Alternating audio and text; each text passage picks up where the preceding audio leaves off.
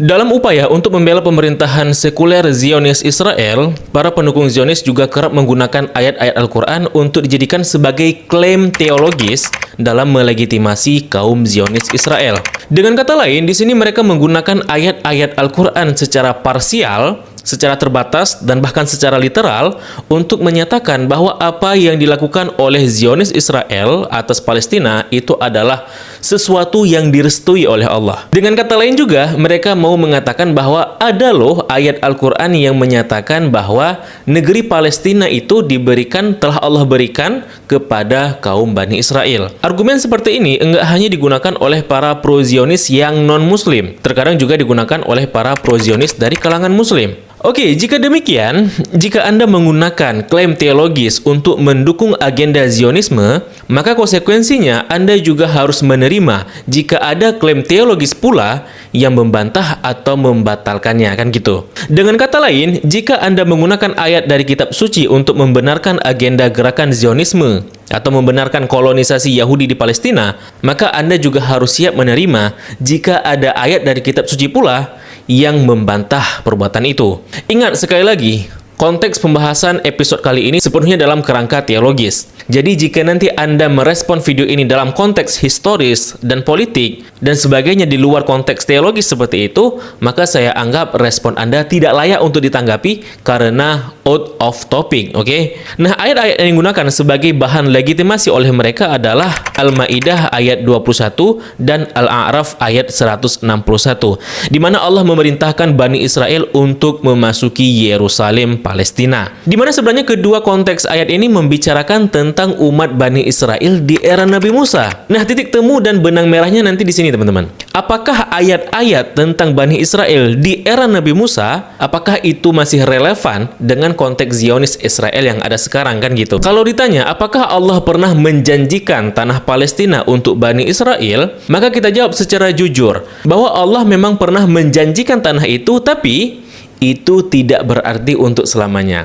Awas, jangan dipotong gitu ya. Nah, kenapa tidak untuk selamanya? Karena Allah juga mengambil perjanjian dengan Bani Israel. Jadi bukan hanya Allah saja yang memberikan janji kepada mereka, tapi mereka juga harus berjanji kepada Allah dan menjaga kesetiaan atas janjinya tersebut, bahwa mereka harus senantiasa patuh kepadanya, kepada Allah, taat kepada Allah. Artinya teman-teman, selama Bani Israel tunduk terhadap perjanjian mereka dengan Allah, maka selama itu Allah merahmati mereka, membantu mereka, dan menyertai hidup mereka. Dalam Taurat teman-teman, ini disebutkan dalam Sefer Devarim atau Kitab Ulangan pasal ke-28.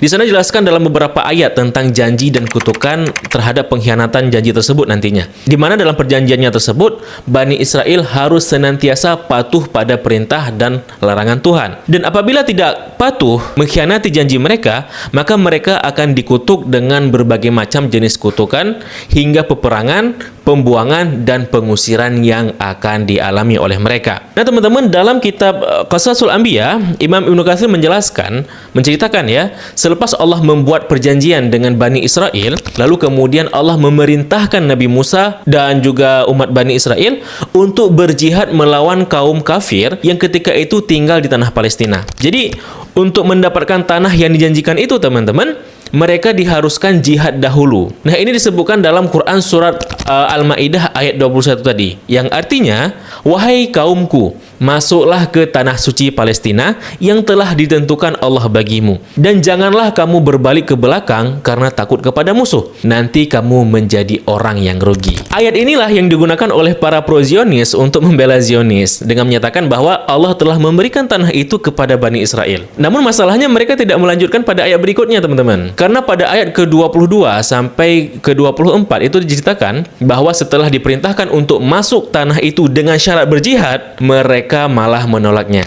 Pada ayat ke-24 disebutkan sebagai berikut. Mereka berkata, wahai Musa, sampai kapanpun kami tidak akan memasukinya selama mereka masih ada di dalamnya.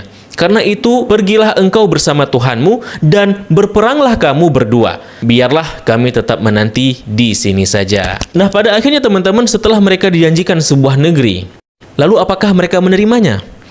Jawabannya tidak. Mereka dengan manja menolaknya. Dan ingat, apa konsekuensi dari perjanjian mereka dengan Allah. Jika mereka menolak perintah Allah, mereka akan dikutuk dan dihukum.